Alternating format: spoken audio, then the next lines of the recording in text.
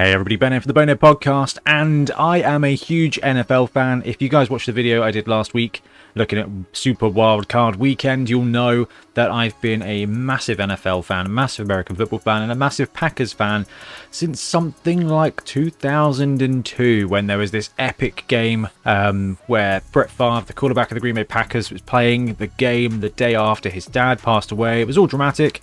And I was flipping through the channels and it came up and I was like, this is like Blood Bowl. This is amazing. And then 3 hours later, I was hooked for life. Now, it is the playoffs, which is the finals for the NFL. And we've already survived one weekend. Last week, I did my picks for Super Wildcard Weekend.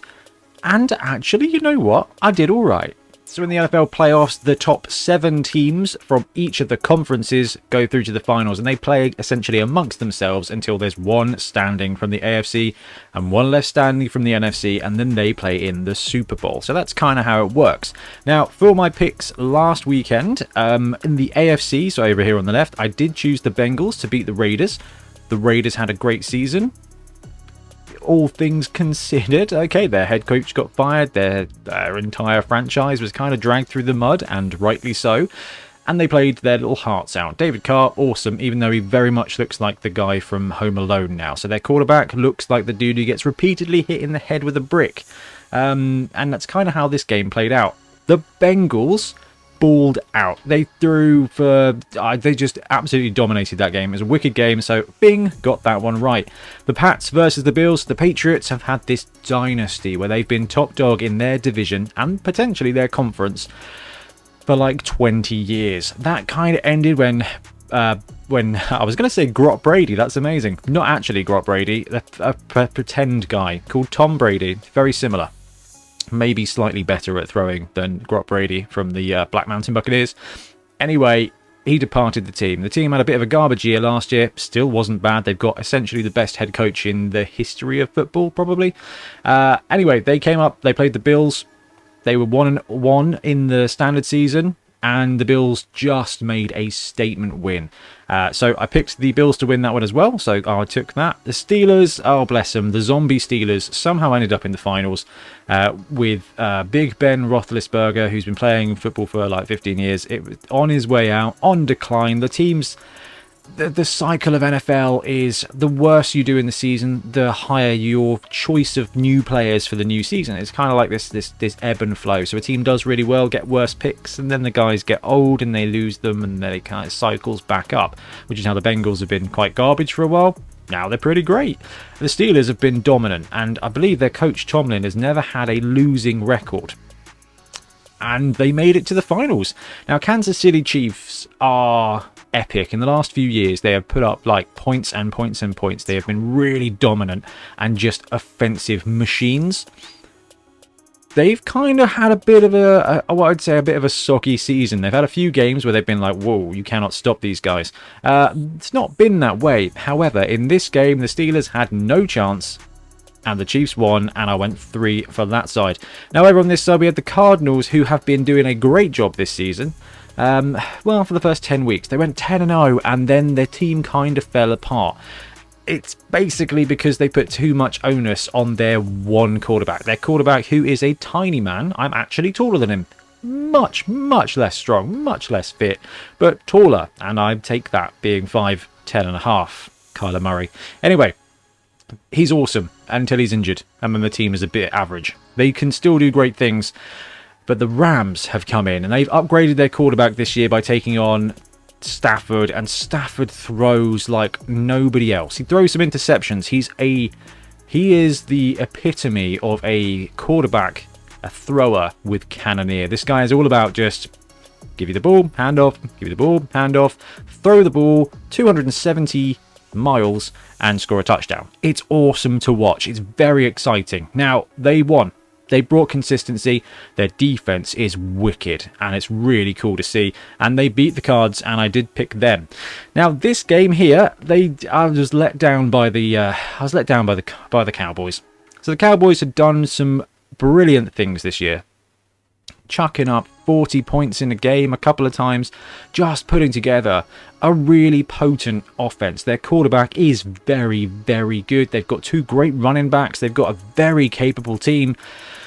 They were just too inconsistent towards kind of like the end and closer to the postseason. And the San Francisco 49ers, who I'd say had a bit of a ropey season at the beginning, have got their stuff together. Now, they've got a quarterback called Jimmy Garoppolo, who used to be the number 2 to Tom Brady and the Patriots, and then he got traded over and took them to the Super Bowl and lost, but took them to the Super Bowl. And Jimmy Garoppolo can play really well, but he is one of those quarterbacks that gets injured.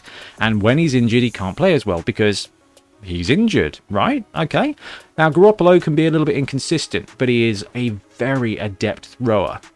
So they ousted the Cowboys because their team is coached by Kyle Shanahan, and he is just one of the best coaches. There's a lot of great coaches in this league, and they've made it through to the playoffs, and I think it's really demonstrating that those good coaches can make their teams consistent. Even when they're missing superstars, they can still come together, and it's that old epitome of the whole is the sum of the whole is greater than the parts. And actually, you know what? That's exactly what happened there. The 49ers beat the Cowboys handily, and I got that one wrong. Now, we go on to the last of the wildcard games, which was the Buccaneers versus the Eagles. Now, the Eagles had been a pretty cool story. There was not a lot expected of them this year. Their quarterback, Jalen Hurts, is kind of like a poor man Patrick Mahomes. He can run around like nothing else. He's old school Vic without the dogfighting, which I hope anyway. Not cool. Anyway, he can run, and their running offense, I think, was number 1 in the NFL, and then they ran into the Buccaneers, who just kind of dismantled them. So the Bucs, last year's Super Bowl winning team, and that Super Bowl, if you've never watched a game of football, watch the Super Bowl for last year between Kansas City and the Buccaneers. And you will see some great offense, you'll see some dramatic plays, and man, you will see a defense that destroys people. If you are a Black Orc coach, a Dwarf coach, a Nurgle coach, an Orc coach, you will love that Super Bowl, because the Tampa Bay Buccaneers just frontline demolished the Kansas City Chiefs, and it was absolutely incredible. I felt bad for Patrick Mahomes, even though he'd got $500 million contract that year. That's how bad it was. I genuinely was like, oh, the poor kid. Like, he's just getting absolutely torn apart. Anyway, those guys won. That was an easy pick, and I went 5-1. Now we move on to the divisional round. So this is where the final 8 play each other. Now, there are 2 teams here that we've not seen in the playoffs so far, and one of them is the Green Bay Packers. I love the Packers. Huge Packers fan. Aaron Rodgers, awesome player. It's a great team. They've gone 13 wins in 3 seasons. 13, 13, 13. Awesome. The team does a really great job. They've not been super spicy this year, so I guess we're going straight into the Packers now. Okay.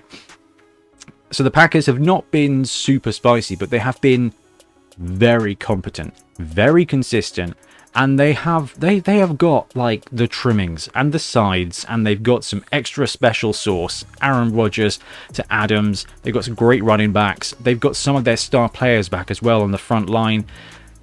Packers should be geared up to do a really good job. And on the AFC side, the Tennessee Titans are coming back. So both these teams were the first seed in their conferences, which means they get a first round bye. So the top 7 teams go through. The top 1 team takes the first week off with an auto win. The remaining 6 play each other, and then you get 4 teams on each side. So the Packers and the Tennessee Titans have had an extra week to get healthy. Now for the Packers, that means we've got some frontline dudes back, and it means that everybody is healthy. For the Tennessee Titans, there's one really big bit of news. They have a ridiculous running back called Derrick Henry, and this guy is just a force. Although, I mean, this is the NFL, right? It's very similar to Blood Bowl. Dudes get injured and they miss games. Derrick Henry got proper injured and missed a bunch of games, but he's back, and he's back in the playoffs, and it is going to be... Which Derrick Henry are we getting back? If this guy is back and he is running, this dude is juggernaut, pro, strength 4, edge 2+. This guy makes Griff look like a little child. It's fantastic. But when your player comes back from an injury in the real world, they may not be 100%. We've seen this from quarterbacks. We've seen this from running. Some players get injured and they never come back the same. That's basically when they get a stat decrease. That's kind of how that works. Anyway, so there's some really interesting stuff on both those teams. They've had a week off to rest, and they've got some star players back. It's absolutely massive. So let's look at the matchups for this weekend. So over to this weekend's matchups, the final 8 teams for the NFL. So we've got the Cincinnati Bengals taking on the Tennessee Titans, and that happens tonight at 9:30 UK time, so in just a few hours. The Bengals, we saw them last week, and we talked about them last week. They've got a great air game. They are a fast team. They are not a strong team.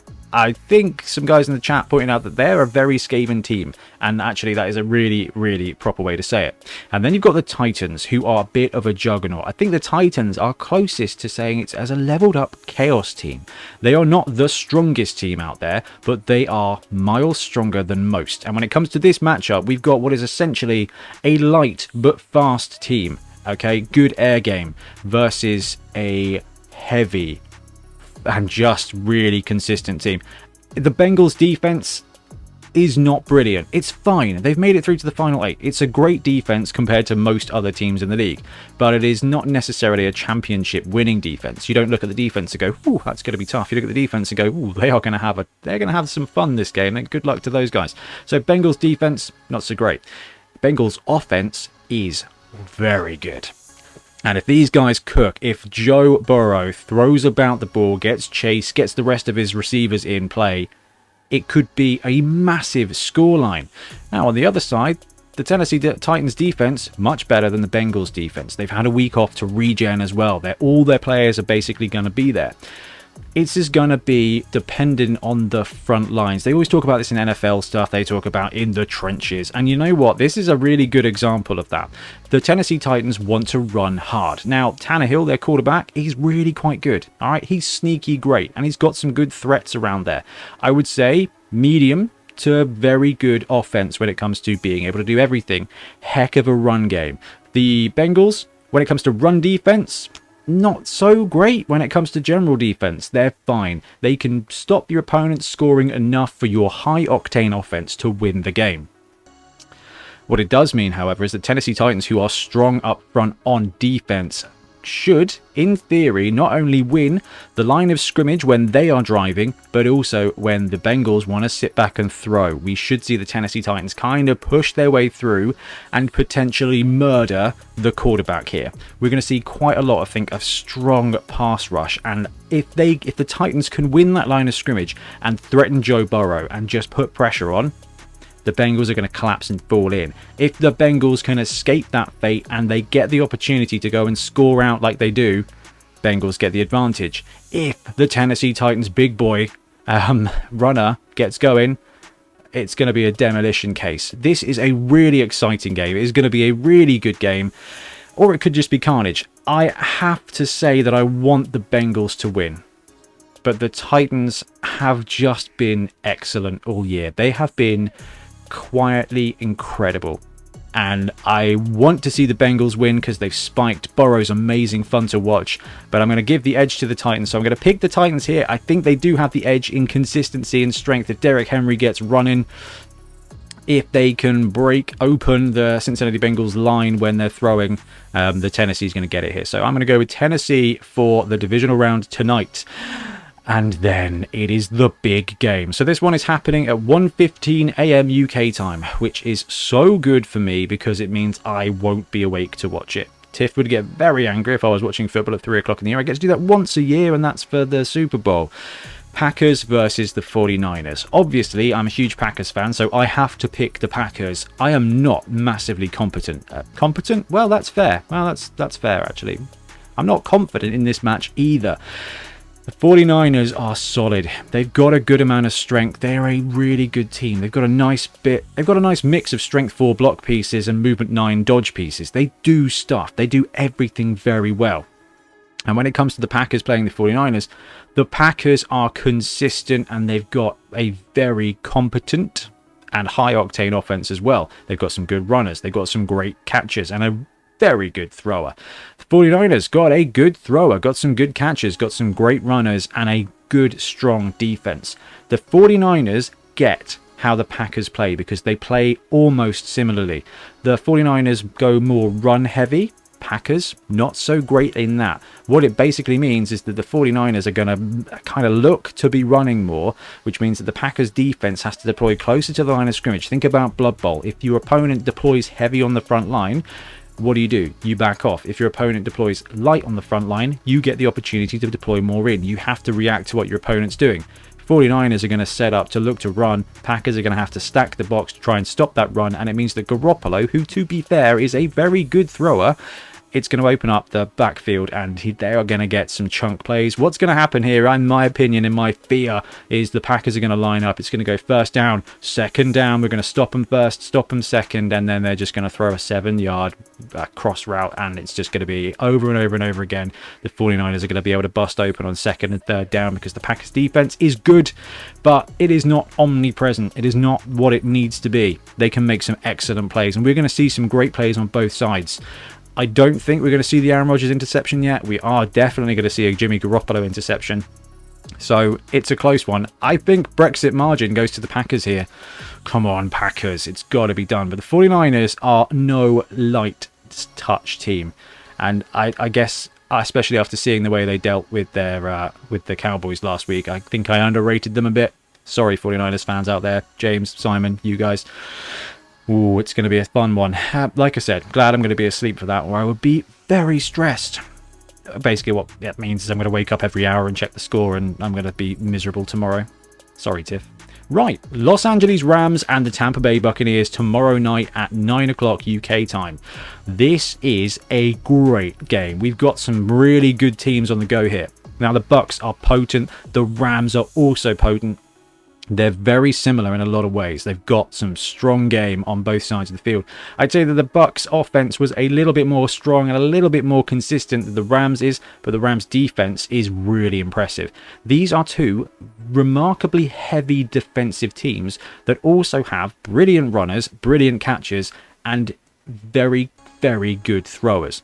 The difference here is that Stafford, the quarterback for the Los Angeles Rams, is going to throw that ball. Part of that Rams offense, is going to be play heavy, break out, go far. Okay, the Bucs are going to play heavy, break out, but keep it close. And every now and again, they're going to absolutely ball out down the pitch. I've got to give it to the Bucs here. They've just got that little bit more consistency, and they've got that experience at winning huge games on account of them doing it last year, on account of it being the same team for the most part as last year. And they've got Tom Brady, who essentially comes with like 3 leader skills. Okay, he gets 3 extra rerolls. I can see it going both ways, but I've got to give a slight edge to the Tampa Bay Buccaneers here because they can do it. But the Rams, they win this game, they are seriously in competition for the Super Bowl, I think, because the Rams have been great, and I like seeing them be great because they've been great the last few years, and the changes they've done and the schemes they put together have been so good. And it's so great to see some excellent NFC teams like 49ers, Packers, Tampa Bay Buccaneers, Los Angeles Rams. Those are 4 brilliant football teams, and any one of those could quite competently go and win the Super Bowl. So hey, if you're an NFC fan, it's all good. On the AFC front, you've got their 2 best teams. Not the most exciting teams. That's definitely the Bengals in their complete underdog to absolute overdog situation. But now we've got the Bills and the Kansas City Chiefs. So the Kansas City Chiefs won the Super Bowl a couple of years ago. They were in the Super Bowl last year, and they are absolute scoring machines when it works. Kansas City Chiefs, they're almost like a slan team now, you know, it's combo for the Kansas City Chiefs. This is the team that fronted one of their opponents like 20-something points in the first half before they were like, oh, we're playing? I thought this was a warm-up, and then Roppel stomped them for 40 points. The Chiefs can score, and you know what? If there was a race to scoring the most points, the Bengals and the Chiefs are there, except the Chiefs have got way more experience doing it all the time. They have a come-from-behind ability that is just offensive. Okay, you can be 3 scores ahead of the Chiefs, and it doesn't matter. Like, normally when you're watching the NFL, you can be like, cool, we're 2 touchdowns up, this is wicked. 2-score game, we're on this now, all we've got to do is grind it out and keep pace. 2 scores is not enough scores to stop the Kansas City Chiefs from scoring what they need to score to win the game, so it's a tough one. Now, the Bills' offense is complete. The Bills' team is complete. We're looking at both these teams, and they are both 17, 1800 team value teams. They've got everything they want. And this is going to be down to individual plays on the pitch. And that's going to be down to both these coaches. And let's face it, both these coaches, especially Andy Reid of the Kansas City Chiefs, are doing some absolutely brilliant things. Patrick Mahomes is an absolute machine. If his players can catch the ball, it's amazing. And then on the other side, you've got Josh Allen, who has just gone and done his time. Okay, first couple of years was not great. Kind of like, oh, we're going to fire this guy probably. And then he came to school one day and knew all the answers. And since then has been a pro athlete. Buffalo Bills, big time team. They've got it on defense. They've got it on offense. They can run it. They can throw it. And Josh Allen can run it, throw it, and break through. Josh Allen is basically a strength 4 thrower with block. This guy is huge. He's massive. On the other side, you've got Kansas City Chiefs. And their QB is essentially, you know what, strength 2 with dodge. This guy is running around, throwing the ball, and breaking out of places he shouldn't be able to break out of. The Bills are just going to run through that base. Bills offense, Kansas City Chiefs defense. Their defense does some stuff, but the Bills are just too powerful for this. The Chiefs can do some stuff, but the Bills defense is able to stop teams. I'm going to give this to the Bills. It's going to be a great game. All of these games are great. We've got 8 brilliant football teams in now, and any one of them can get through to the final. Any one of them can win the Super Bowl here. Can I see the Chiefs outscoring the Bills? Yeah, I can see them. I think the Bills are going to be able to contain because they've done it so well all season. The Rams and the Bucks, either one of these teams win, and they are a serious competitor. The 49ers can win any game. They're probably the weakest team left here from the NFC front. The Packers are obviously everybody's favourite because they've done great the entire season, and, you know, it's the Packers, right? But the Packers can lose games like no other, okay? If you're watching this and you're in England and you like the NFL or you don't like the NFL, you'll be familiar with how the England football team plays, right? We win games that we shouldn't win and we lose games that we should win. The Packers have a horrible knack of doing that. I'm looking at you, Vikings fans. And the 49ers kind of got the Packers number. I don't like those games. I don't like those matchups because, quite frankly, Shanahan knows how to take apart the Packers, and that worries me. The Bengals, explosive, fast scoring. The Titans, complete. The Titans, the Bills, similar kind of play structure. It's a close one. We've got some heavy teams in this final back, and I'm just so excited for these games. Okay, so that's me done rambling about the divisional weekend. Sorry, if you watch this and you enjoy it, great. I'm sorry, I just had to have a little bit of fun. I love the NFL and I love the playoffs, and these games are all going to be so good. And there's no massive favorites, there's no massive underdogs, there's some great stories in there. And this is really the best 8 games in football now. So we're about to have a few weekends of some of the best competitive NFL games out there. I put my I bargain on it. Okay, now I've got Bills over Chiefs. I've got Titans over Bengals. I've got the did I say Bucks over Rams? Yeah, Bucks over Rams, and obviously the Packers over the 49ers. But I wouldn't be surprised if I went 0-4 this weekend because any one of these teams can win. This is very much like 55% to 45%, okay? It's a great one. Anyway, let me know what you think of the picks, who you're picking this weekend, and hey, let's just hope for some brilliant games. Thanks very much for watching, guys. We're back with more Blood Bowl / NFL content soon. Happy blocking / NFLing. Happy blocking. Thanks very much for watching. We really appreciate your support. If you want to help support the channel even further, please like and subscribe, or come join us on our Patreon. We have early access to content. We get loads of feedback from you guys, and we try and do competitions as much as we can. Or you can get yourself some Bonehead podcast merch on our Spreadshirt site. So if you want to support a team, especially for the Bonehead Championship, you can pick up a shirt, a mug, things like that. It all helps support the channel, and we really appreciate it. Anyway, links below. Thank you very much. Happy blocking.